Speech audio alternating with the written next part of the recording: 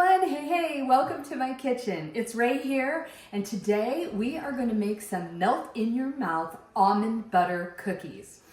And I just want to say I'm choosing almond butter over peanut butter because when I was on my health journey, I learned through working with my doctor that the slight variation between peanut butter and almond butter made all the difference in the world to my body.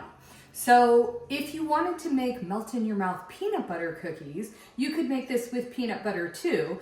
I would just recommend either grinding your own peanuts and making your own peanut butter, or buying a brand that has no added sugar. Because this recipe is healthy because there is no processed sugar and there is no processed flour. There's also no dairy, which I'm not totally opposed to dairy, but this recipe doesn't require it. So let's just dive into the ingredients and we'll make these cookies and you'll see how good it comes together. Again, I'm making it with almond butter. You could make it with peanut butter. I actually like the taste of almond butter better, but I choose it because it made a difference to my cholesterol in my body. And so I have completely switched away from peanut butter and I eat only almond butter now. Let's put all the dry ingredients together first and give it a quick whisk, and then we'll add the wet ingredients and then we'll mold these into beautiful balls for our cookies, okay?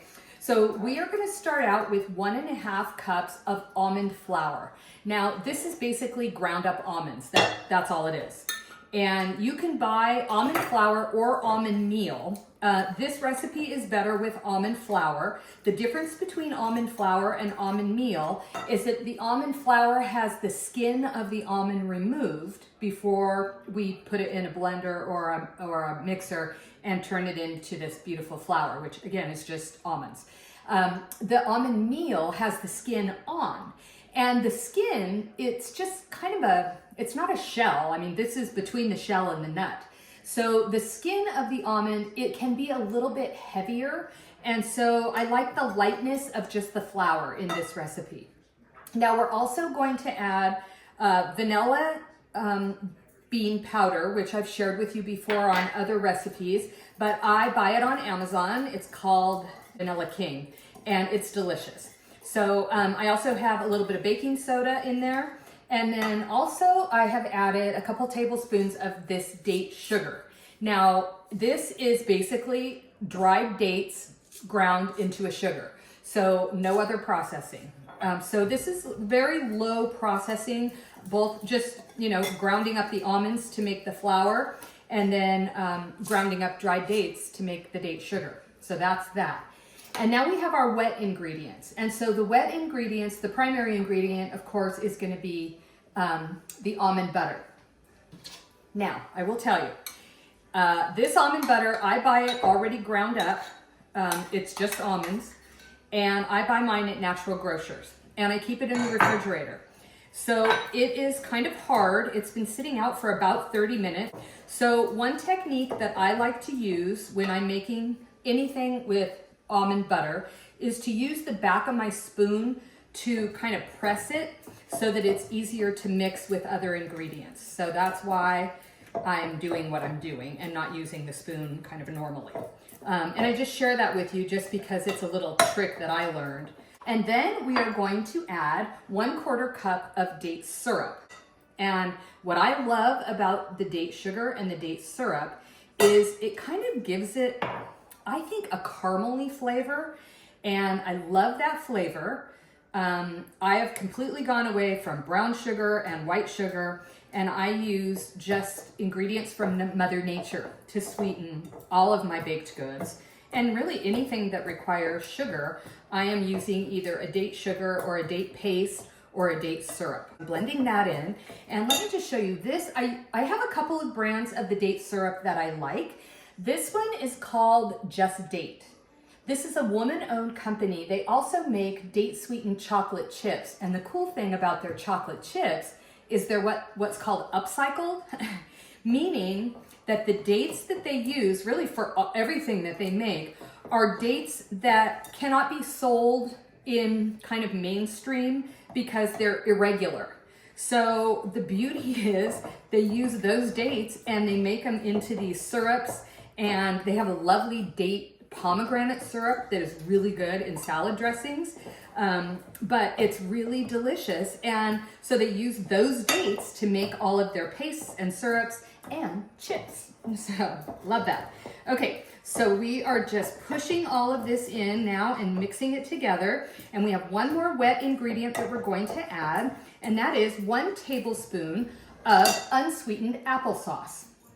And I just buy these little lunchbox sizes because I like them for lunch. But I am only going to use a tablespoon. And that is all we need. And so it's going to take a minute now to get everything combined because, like I said, that almond butter was kind of hard. It would be the same if you had a peanut butter. It would be the same problem. So again, I'm using the back of the spoon to blend everything together. And in a minute, I'm going to put my hands in it so that we can really get it blended, and we're going to make it into a sticky ball. Okay, as you can see, I've got my hands in it at this point, and it is well blended. So I don't have any kind of dry, everything's pretty sticky. So now what I'm going to do is I'm going to roll them into relatively small balls. So we'll do that, and then we'll put them on the cookie sheet and get them ready to go into the oven. So we ended up with 18 balls. And what I'm going to do now is I'm going to just moisten my fingers a little bit. You can see I've got this prepared cookie sheet, and I just moisten my fingers so the dough doesn't stick to my fingers. So we're gonna put these cookies on the cookie sheet. Now, the way these cookies are designed, they're not gonna spread like you were cooking a cookie that had a butter base to it. Even though this does have almond butter, it's not gonna spread out like a different kind of, like a chocolate chip cookie with sugar and butter. It's a little bit different, right? So I'm just gonna space these out. And I've got a little crumb here, but probably not enough to make a cookie, I don't think. If I did, it would be a really small cookie. That's a really small cookie. But we'll throw it on there, why not? Okay. So now what we're going to do is we are going to push these down, because the way that these are going to go into the oven is the way they're going to come out of the oven. And I just like to crisscross a design on them, and it's just kind of a different way, but I used to do all my peanut butter cookies this way. And so I'm going to make these very similar. And if you find that your fork sticks, like you'll notice I had a little sticky piece on that one, it just means you don't have enough moisture on the fork. So you can just dip it in the water and get a little bit more moisture on it. That one's stuck too, so let's do that one again. Yeah, better. Okay, and we'll do that to the rest of the cookies on the cookie sheet, and then we're gonna pop them in the oven. I've got the oven preheating at 350 degrees, and so we'll pop these in for just a quick minute to get them baked, and then we'll be back for a taste. Don't go away. I pulled the cookies out of the oven after 10 minutes at 350 degrees, and I've got them back here cooling on the wire rack so they're completely cooled, but I couldn't wait. So I put one here so you could see up close how it looks, and you'll notice I'm on a Christmas cookie plate since I'm recording this around Christmas time. And then I remember I also had that little tiny cookie, so I'm gonna taste that one. And you notice they came out the same way they went in, which is what I mentioned. So let's have a taste.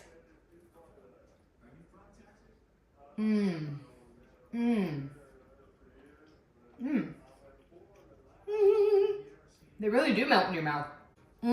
Turned out really, really good. Now this particular cookie is a little bit crunchier than what I expect the others will be, only because it was smaller.